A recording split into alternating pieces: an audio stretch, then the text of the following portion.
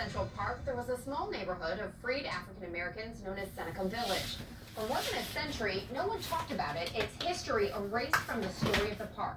But as our Michael Scotto reports, efforts are underway to tell the story of the forgotten community.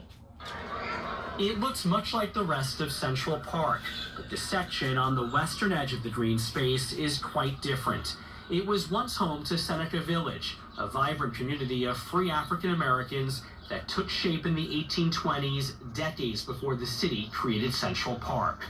Historians really speculate that people were coming up here to escape the crowded conditions and racist climate of lower Manhattan.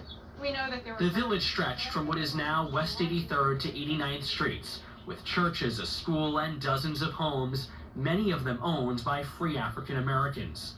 In the first half of the 19th century, if you were African American and you owned property, you actually got the right to vote. So that was another incentive to owning property. But in the 1850s, after just 30 years, it all came to an end. The city took over the land through eminent domain to create a park for its growing population. It was not just the land that was lost, but it was the community and the feeling of community. This is your home. Audrey Williamson is a reverend at Mother AME Zion Church in Harlem, which nearly 2 centuries ago was in Seneca Village. To think that our ancestors were here, this was their ground, this was where maybe some children played, this is where they worshiped. And to be able to connect from here to where we are now and what we're doing now, I think is just a gift. The history of Seneca Village had been all but lost until researchers in the 1990s began focusing on maps and census records that gave hints of the past.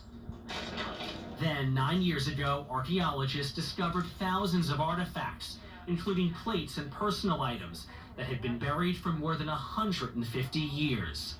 As soon as we found something that was obviously from Seneca Village, I mean, we'd hit the jackpot. It was wonderful. I mean, to be able to touch the same things that people who had lived there in the 1850s touched and selected for themselves and really made them real to us. Those artifacts help to inform temporary signs that have been placed in the area of Seneca Village, telling its story. The park hopes to eventually install something more permanent. It's really important to present this more comprehensive history and show that all of Manhattan and all of New York City has all of these layers and all of these stories that can be told. Stories that until recently had been forgotten. Michael Scotto, New York One.